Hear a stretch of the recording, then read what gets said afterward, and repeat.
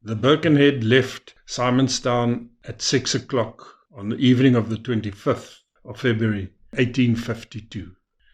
They were heading for the Eastern Cape, that is Port Elizabeth and East London, taking troops to the Eastern Cape, the border, to help against the fight in the 8th Border War. On board were the soldiers, some of the soldiers' wives and children, and 9 horses as well. They passed Hangklip at about 9:30 the night, and about 2 o'clock they reached Danger Point. Just 2-3 minutes after 2, she struck the rock. The ship was jammed on the rock and she had a crack at the bottom on the hull. The water rushed in at great power, and doing so, the forepart started sinking, drowning all the soldiers that were asleep in the bunk. The rest were rushed up on deck. Captain ordered a couple of them to man the pumps and to help get the women and children to the lifeboats. There were only 3 lifeboats that worked. The rest were rusted, could not work, and some of them, the ropes broke. The women and children were loaded into a lifeboat, and the horses were pushed overboard, the 9 horses. The rest of the soldiers were told to stand fast on deck to avoid any panicking and make sure that the women and children were safe. The Birkenhead drill, the women and children first, was apparently not the first time that was used. About 10 years previously, a ship sank near Cape Town, and the captain used that phrase, women and children first. All the women and children were saved, and all the crew were saved, and the ship went down peacefully. So there was no newsworthy happenings at that ship loss. It is because the Birkenhead had this dramatic story, this dramatic happening with the soldiers and the sharks and the women and children first, that it hit the world news, the same as the Titanic, which also hit the world news. The women and children's boat, oars manned by soldiers, rowed a short distance from the boat just to keep safe from the boat pulling them down. Then the captain said that the men that have stood fast and allowed the women and children to get free could man the other 2 boats.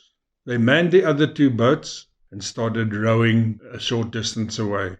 Then the captain said, all of those of you who remain can now jump overboard and start swimming, for those who can swim. They started swimming towards land. They knew it was land on that dark night. There was no moon. And because of the waves against the rocks, most of them died from hypothermia, drowning because they could not swim, and the sharks that took them. The rest of the men that reached the shore, after resting for the night, they walked along the coast up to about Romans Bay, where fishermen gave them water and food. The fishermen told them if they kept on walking this path, they will reach Stanford's Cove. On reaching Stanford's Cove, they saw a hut which belonged to a fisherman. And this old fisherman's name was David Faru. David told them about a farm that's nearby. After resting, one of the men, the officers, walked to the farm, told the farmer sent a wagon with supplies down to Stanford's Cove. It was shortly afterwards they manned the wagon and combed the coast for about 20 miles, looking for people that survived, and not finding anybody. All the body parts and people that were mauled by the sharks, they buried on the spot right there. They returned and stayed in Stanford's Cove until Simonstown sent a boat up, which anchored nearby, sending in a lifeboat and rescued the men who took them back to Simonstown. The other 2 boats went seaward, and another paddle steamship was on its way to Cape Town, saw them, picked them up, and the men told them about the wreck, and they turned towards the wreck, and all that was left of the wreck was the mast sticking out of the water. And on this mast were about 45 men. They rescued them, and they were also taken to Simonstown. The Birkenhead's disaster was on the 26th of February, 1852. The Lighthouse at Danger Point, they started building in 1894. January 1895 it was completed, and they lit the light on the 1st of January. It is 18.3 meters high. The focal plane of the light is 45 meters above the sea level and has a range of 50 kilometers. The first lamps used whale oil with a 6-wick burner. Later they changed to paraffin. The paraffin tanks were kept at the bottom. They filled them, and then the lighthouse keeper pumped the cylinders with air to give enough pressure to let the paraffin go up to the paraffin lamp. The paraffin lamp had a mantle, and the mantle was about 9 to 12 inches long, which gave off a very bright light.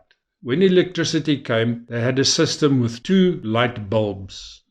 When the one bulb blew, it switched over to the second one, so your light kept on. There was no break.